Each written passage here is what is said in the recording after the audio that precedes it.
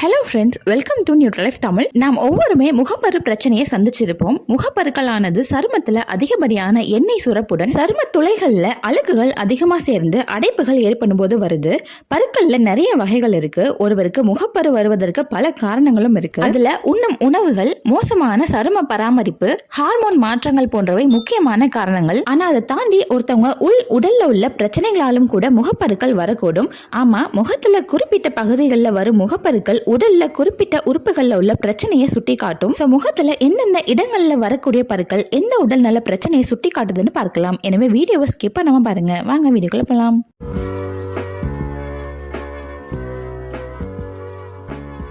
முதலாவதா பாத்தீங்கன்னா, நெற்றியில வரக்கூடிய பருக்கள். உங்களுக்கு நெற்றி பகுதியை சுற்றி பருக்கள் வருதா?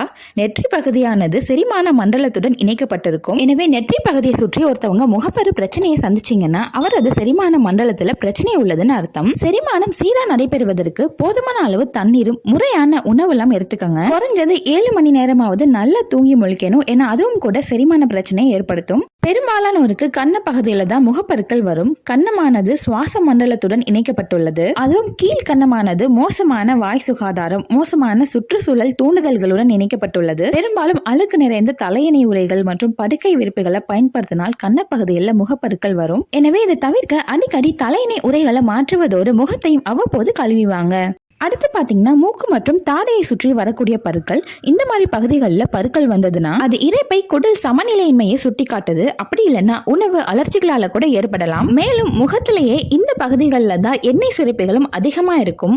மேலும் மூக்கு பகுதி கல்லீரல் மற்றும் சிறுநீரகங்களுடன் இணைக்கப்பட்டுள்ளது. எனவே மூக்கு மற்றும் தாடை பகுதியை சுற்றி அதிகமான பருக்கள் வந்துச்சுன்னா கல்லீரல்லையோ அல்லது கிட்னிலையோ ஏதாச்சும் உபாதைகள் ஏற்பட்டிருக்கலாம். அது என்னன்னு தெரிஞ்சு சரி செய்வதனால இந்த பருக்கள் வருவதை தவிர்க்கலாம். அடுத்து பாத்தீங்கன்னா, தாடை மற்றும் கழுத்து பகுதிகளில் முகப்பருக்கள் வந்துச்சுன்னா அது ஹார்மோன்கள்ல ஏற்படும் ஏற்றத்தாழ்வை சுட்டி காட்டுதுன்னு அர்த்தம். சிலருக்கு ஹார்மோன்ல இம்பாலன்ஸ் இருந்துட்டே இருக்கும். அவங்களுக்கு எல்லாம் தாடை மற்றும் கழுத்து பகுதிகளில் நிறைய பருக்களை பார்க்க முடியும். முக்கியமா பெண்களுக்கு இது வரும். சில பெண்களுக்கு பாத்தீங்கன்னா pcos மற்றும் pcod போன்ற பிரச்சனைகளையும் இது சுட்டி காட்டுது. உடல்ல ஈஸ்ட்ரோஜனை விட ஆண்ட்ரோஜன் ஹார்மோன் அதிகமா இருந்துச்சுன்னா தாடை பகுதிகளில் பருக்கள் அதிகமா வரக்கூடும். இது மாதிரி இடத்துல உங்களுக்கு அதிகமா பருக்கள் வருதுன்னா உங்க ஹார்மோனை பேலன்ஸா வச்சுக்கக்கூடிய உணவுகளை சரி வர சாப்பிட்டு வாங்க.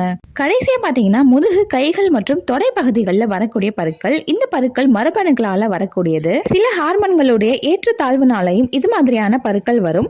சில சமயங்கள்ல நம்ம உடுத்துற உடைகள் உராய்வதனால கூட பருக்கள் வரலாம். இந்த பகுதிகளில் வரக்கூடிய பருக்களை கட்டுப்படுத்துவது கொஞ்சம் கடினம் தான். இருந்தாலும் சுத்தமான, மென்மையான மற்றும் தளர்வான ஆடைகளை அணிவது, முதுகு பகுதிகளில் அதிகம் அழுத்தம் கொடுப்பதை தவிர்ப்பது, சன்ஸ்கிரீன், பாடி லோஷன் போன்றவற்றை பயன்படுத்துவது மூலமா இது மாதிரியான பருக்களை கட்டுப்படுத்தலாம். அவ்வளவுதான் ஃப்ரெண்ட்ஸ், முகத்துல ஏற்படுற பருக்களுக்கு என்னென்ன அர்த்தம்னு தெரிஞ்சுக்கிட்டோம். இது மாதிரி உங்களுக்கு வேற ஏதாவது தெரிஞ்சுச்சுன்னா கண்டிப்பா மறக்காம கமெண்ட்ல சொல்லுங்க. இந்த தகவல் உங்களுக்கு பயனுள்ளதா இருந்துச்சுன்னா கண்டிப்பா வீடியோவை லைக் பண்ணுங்க, உங்க ஃபேமிலி அண்ட் ஃப்ரெண்ட்ஸுக்கு ஷேர் பண்ணுங்க. மறக்காம நம்ம சேனலை சப்ஸ்கிரைப் பண்ணிருங்க. நன்றி.